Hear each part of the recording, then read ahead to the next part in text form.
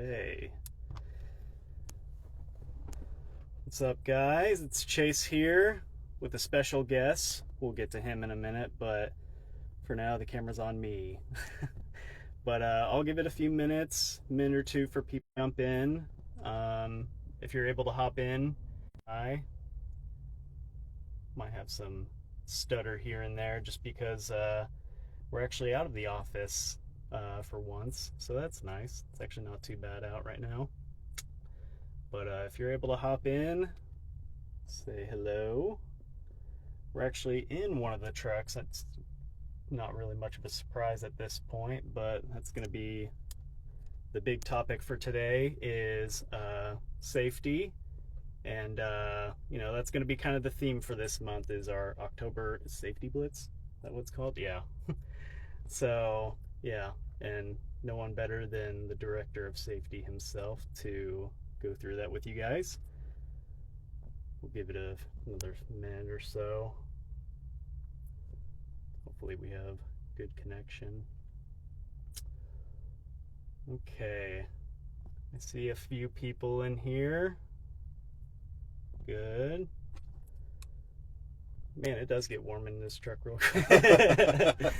Especially when you're on camera. Okay, I see a few people in here now. All right, like I said, we have the director of safety himself, Andy Bradford, with us. I'm going to turn it over to him, and it'll pretty much be him from here on out. Alrighty. All right. Well, hey, everybody. Like you said, we're not in our usual office environment. We did jump out in the truck for this one.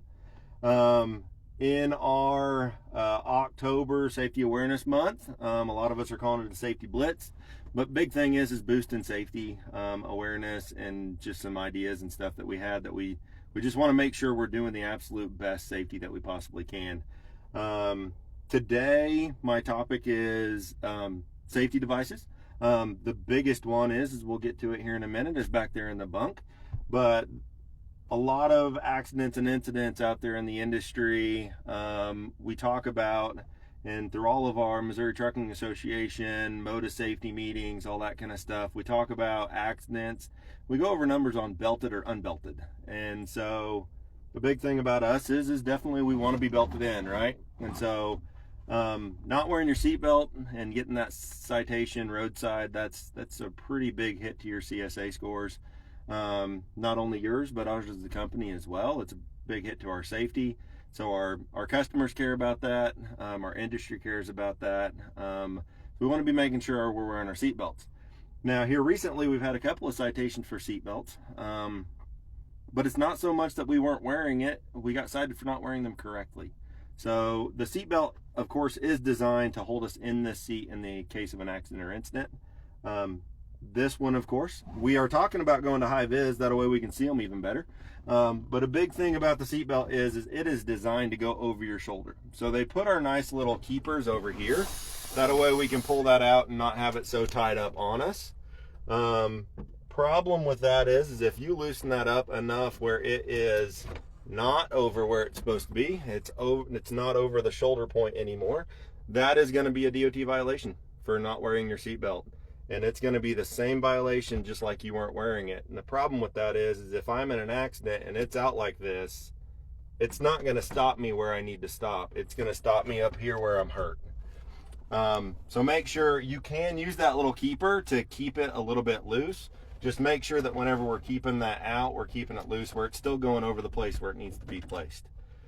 And so this is our number one point of safety if we're in the driver's seat during an accident. This is the thing that's going to hold us right here in our seat. It is a proven fact that if you have your seatbelt on in an accident, you are way more likely to walk away with minimal injuries, if none at all. So that's our big thing, is wear your seatbelt in here.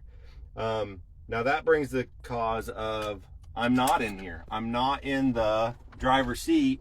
What do I do back in the bunk?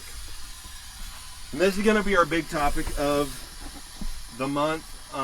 It's the number one that I wanted to do this month. It's the first one because it's important that we are using our seat belts, whether we are in the driver's seat or whether we are in the bunk. And I've heard from some drivers that they're not really aware of the bunk restraints. and I've gotten a lot from other customers and industry and some other companies that are solo drivers. They really, come to find out, have no idea what a bunker restraint even is. So all of our company equipment has bunker restraints equipped in them. We've got two different styles of trucks. We're going to look at both today. So the first one is, we're in the Volvo, and the Volvo is a pretty easy system. I've already got it pretty well contained. It has clips up here as well. I find easiness if you keep a couple of these clips already clipped. Your bed's made, you can make your bed real quick.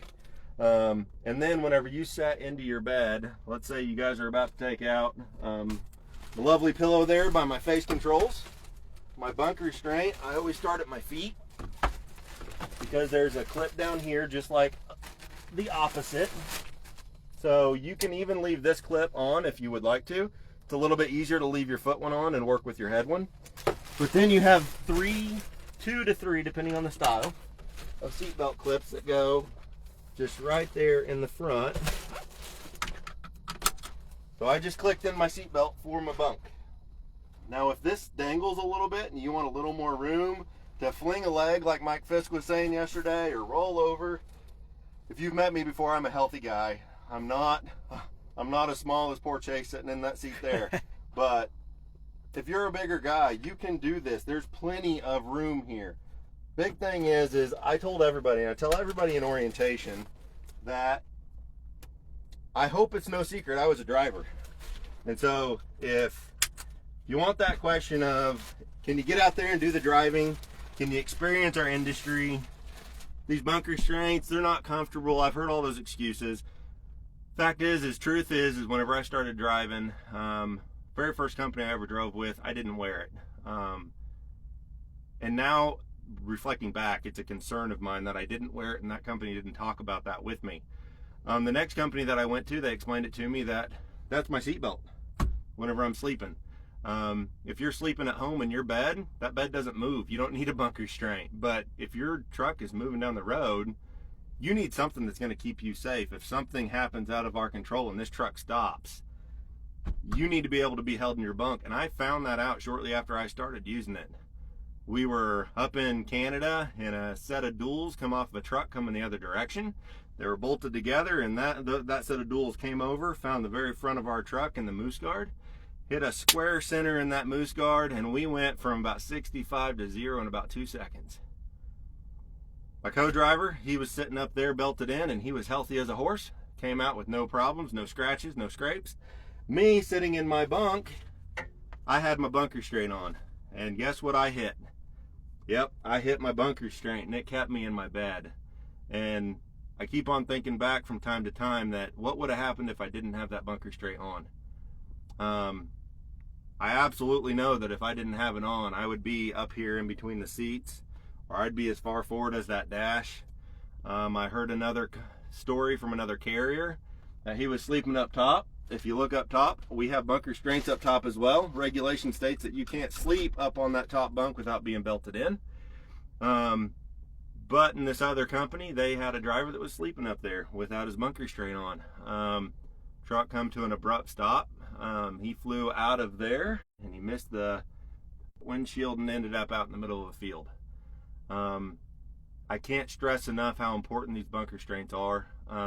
It is known now that we need to be wearing these when that vehicle is moving down the road and we're trying to, like I said, this is the Volvo setup. I hope you kind of see what was going on with it. I do want to jump over to the KW. It's a little bit different.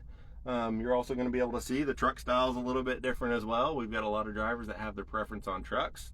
They like the Volvo because they're a little spacious like here. Volvo's got a good bunker restraint system, got good headspace, all that good.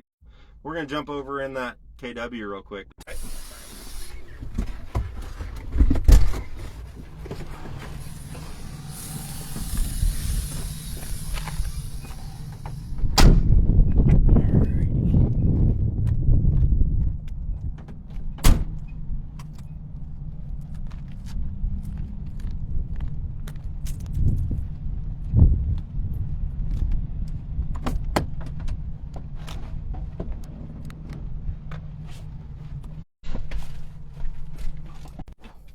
So here we are in our KW T680.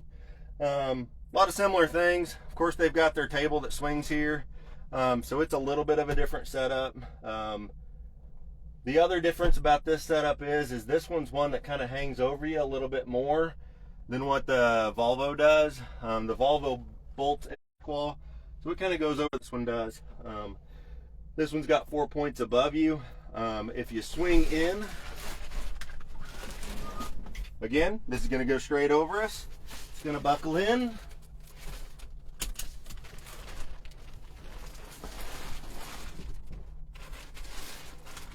We've got a middle here. This front one is permanently. Then we have two buckles here that if you needed to unbuckle those and you need it up here and then you kind of buckle it in as you go through the whole process, you can do that. I like to leave some of my buckles buckled, like I said, because it's a little easier. The other thing is this one does dangle a little bit more. You can tighten the straps a bit so it's not quite as tight on you. It doesn't dangle on you as much.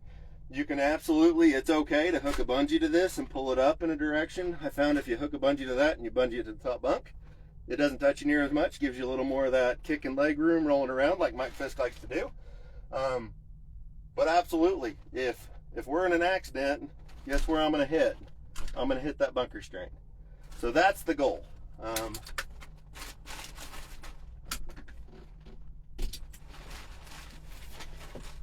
So you can lay them there, you can lay them on the back, you can do whatever you want to on getting them set up.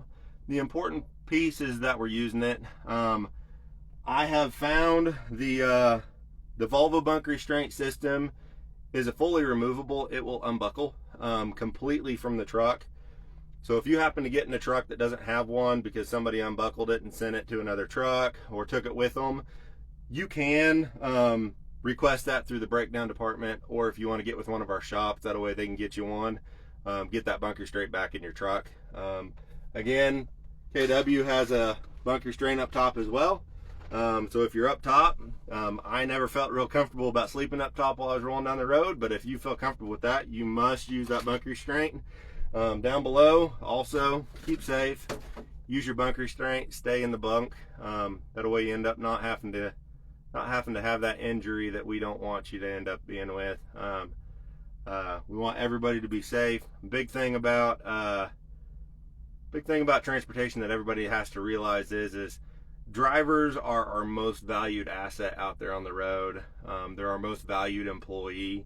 And the big part about that is we got to keep you safe out there. We got to keep you healthy. That way you can continue to doing what you do for us. Big slogan that you're going to hear from me in the coming future is time equals safety.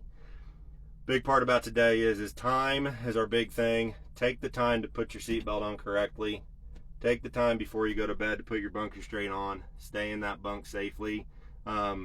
We all think that it'll never happen to us, and I can guarantee you the ones that they're damaged or injured on work comp or laid up because they weren't wearing it, I bet you they would say that it wouldn't happen to them either.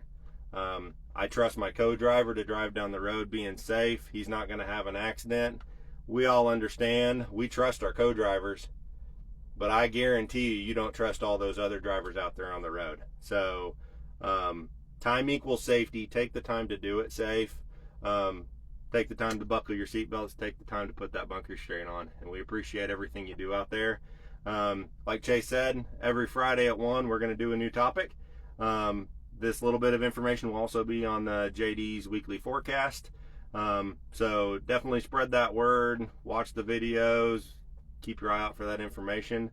Until we talk to you the next time, stay safe out there and let us know if you need anything. Thanks, guys.